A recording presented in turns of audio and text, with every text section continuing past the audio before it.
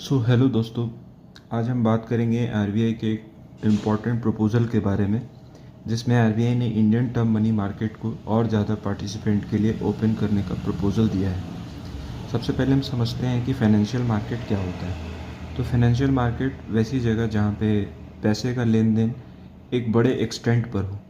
ये फर्दर दो पार्ट में डिवाइड होता है, money market and capital market. Money market जिसका रेगुलेटर आरबीआई होता है, ये शॉर्ट टर्म के लिए होता है और विद इन 1 ईयर के लिए ही इसमें लेन देन की जाती है। इसको फर्दर कैटेगराइज किया जाता है call money, notice money and term money में। जहाँ पे कॉल मनी एक दिन और ओवरनाइट के लिए लेंडिंग ऑन बोरोइंग होता है। नोटिस मनी जिसमें 2 दिन से लेकर 14 दिन तक के लिए लेंडिंग ऑन बोरोइंग होता है। और टर्म मनी की बात करें तो 15 डेज टू 1 ईयर के लिए लेंडिंग और बोरोइंग होता है। अगर हम कैपिटल मार्केट की बात करें तो ये सेबी रेगुलेट करता है इसे। ये लॉन्ग टर्म के लिए होता है, मतलब 1 साल से ज़्यादा के लिए। अब आते हैं हम अपने पॉइंट पे।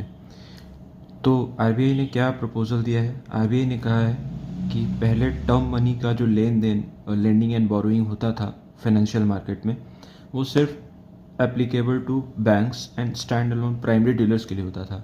स्टैंड अलोन प्राइमरी डीलर्स जैसे PNB gilts and SBI DFHI होते हैं, ये बैंक के ही पार्ट होते हैं जो टर्म मनी में लेंडिंग एंड बोरोइंग के एक्टिविटी में पार्टिसिपेट कर सकते हैं। लेकिन अब क्या कहा गया है? अब आरबीआई ने कहा है कि जितने भी फाइनेंशियल इंस्टीट्यूशंस हैं, एनबीएफसीज हैं और हाउसिंग फाइनेंस कंपनीज हैं, ये सभी पार्टिसिपेट कर सकते हैं एज लेंडर्स एंड बोरोवर्स। सो ये कॉरपोरेट्स को भी अलाउ कर दिया गया है, लेकिन एक क्लॉज है कि कॉरपोरेट सिर्फ लेंडर्स के तौर पर यहाँ पे काम करेंगे, उन्हें बोरोवर्स के तौर पर परमिशन नहीं दी गई है एक्टिविटी करने को। अगर हम फर्दर बात करें तो ये सिर्फ टर्म मनी के लिए एप्लीकेबल होगा, कॉल मनी या नोटिस मनी के लिए नहीं। मतलब टर्म मनी मतलब 15 डेज टू 1 ईयर के लिए। कॉल मनी, नोटिस मनी इसमें एप्लीकेबल नहीं है। बोरोइंग लिमिट एनबीएफसी के लिए 200% ऑफ नेट ओन फंड कहा गया है और स्टैंड अलोन प्राइमरी डीलर्स के लिए 400% नेट ओन फंड पहले से था। अभी ये जो टर्म मनी में फाइनेंशियल मार्केट के तहत जो लेंडिंग एंड बोरोइंग की एक्टिविटीज़ होती है, वो पहले सुबह के 9 बजे से लेकर शाम के 5 बजे तक होती थी। अब इसे सुबह के 9 बजे से लेकर 7 बजे तक, शाम के 7 बजे तक अलाउ कर दिया गया है।